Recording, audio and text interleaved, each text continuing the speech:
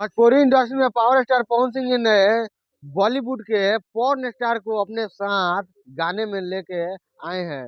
पवन सिंह एक डायलॉग मारते हैं मंच पर, पहले वो सुन लीजिए। कुछ भी हूँ, जीरो हूँ, आप सबका आशीर्वाद हूँ, लेकिन मैं आज ये अनाउंस कर रहा हूँ इस मंच पे,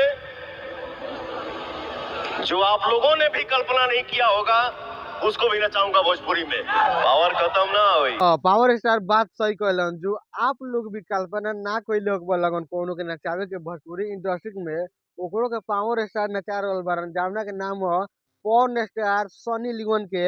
वो अपन गाना में लेके आयल बारन। ई गाना भाई लोग जानते लोग कितना के बनल बा। ई गाना में 5 करोड़ रुपए लगल, साला बम्फार गाना बनल बा पूरा। हैं? ये क्या हो गया? ये क्या सुन रहा हूँ मैं? पवन सिंह के सनी लियोन के खिया रहल बारी वीडियो में।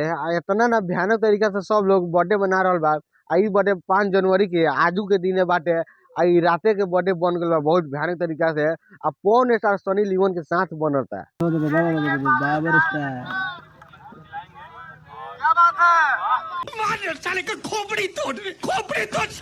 का रे खेसरिया ना भाई लोग, खेसरिया ना का हो, खेसारी लाल यादव और स्टार टुनटुन यादव तो हनी के पावर स्टार के बधाई ना दे बोलन बर्थडे का। आज के 5 जनवरी के उनकर बर्थडे बाटे। आई खाली घरे में घुसा रहब लग।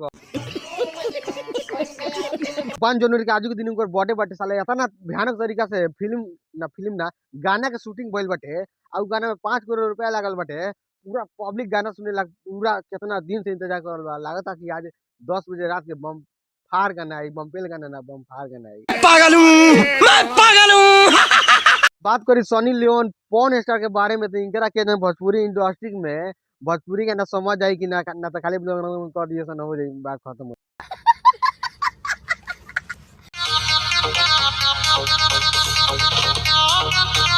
वीडियो के ना लागला जाके सब्सक्राइब कमेंट और फॉलो कर लगन। पूरा बेहतरीन पावर स्टार पवन सिंह आज के बड़े के दिन में तो कमेंट मार लगन। एगो बहुत प्यार से कमेंट। चलिए मिलते हैं जय हिंद।